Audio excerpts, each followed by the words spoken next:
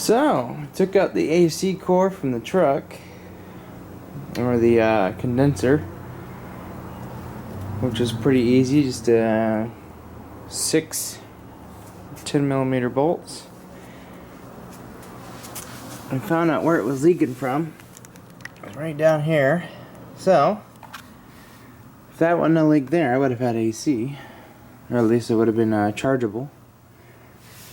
So I'm gonna go ahead and just buy a new one of these. I'm not gonna bother fixing it or nothing. Just gonna get a whole new one. It's kind of dinged up and stuff, so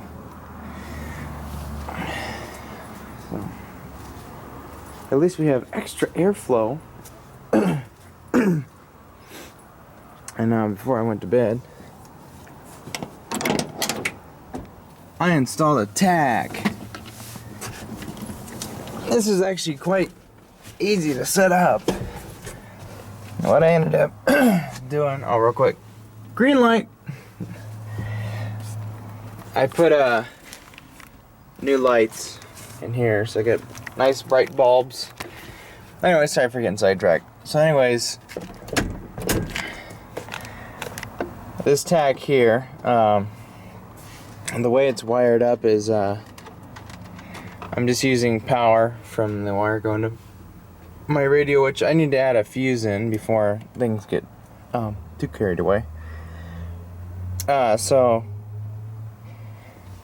my power is going to where my radio gets power, and then the ground for the Tach is going to the dash. And then there's this white wire here is for your dimmer switch. This is so that when you put your headlights on, this lights up, and you can change the brightness of everything and also the brightness of your Tach. But I don't know if I want to attach it here because, as you know, the lights flicker when you're driving. It's really weird. It's kind of annoying, but I still have yet to discover why it's doing that, because my voltage is pretty consistent. So I don't know what's going on there. There's got to be like a loose connection or something somewhere. But so your green wire here, which you can clearly see. This green wire is for the actual tachometer portion, and you want to hook that up to the negative side on your ignition coil. Now, how I went about doing that is I'll show you. So here is your negative side, which I touched on accident and got the shit shocked out of me, which is also one for the same in there. I touched it there and I got shocked as well, so that's how I knew it was a Tach wire. So anyways, this is your little wire. It's actually a green with a yellow dot on it, and I just followed it into this little harness here, and it actually goes actually I think it has two of them spliced together, but this is actually where it goes into the inside. There is another wire just like it, I think, is spliced together, that goes to the DuraSpark control box. But this here is the wire that goes into the cab. It's kind of aged a little bit, so the color is a little weird.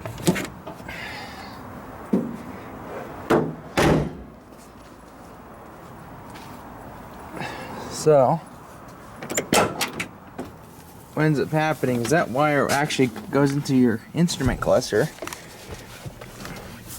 And even though this one doesn't have a Tach, it is wired up to accept one.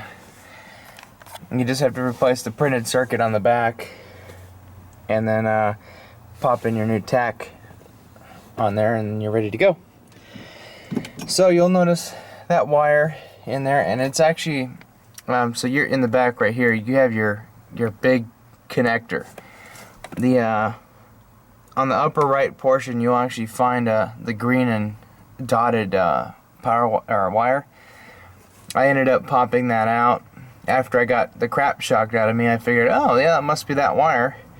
I popped it out, and then using a multimeter, and a jumper cable, I hooked it up to that wire after I pulled it out. I actually ended up pulling it through here when I had the bezel off, and did my wiring that way. Hook this up to it, and then go to the inside and touch the wires together, and I got continuity, so I know it was the same wire.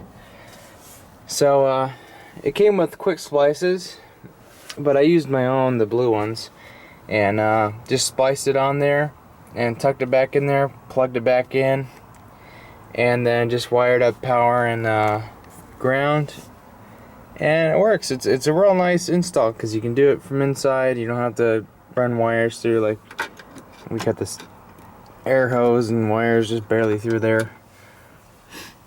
So to remove this bezel, there are 3 screws that hold it in. Get one here, one over here, and then another one, which you can't see, right here. I need to clean my lens. And then these knobs here you would want to pull off. And then you want to put your key in and put this all the way into driver first, and then you'll pull out your bezel and you'll slide it. And then the bottom part here, you kind of want to twist it so that it'll clear the steering column, and then you can get out of the way. And then this actual cluster is held in with 4 screws. There's gonna be one behind here, and then on the same on the bottom corners. So you can pull that back and undo your connector, and then you'll be able to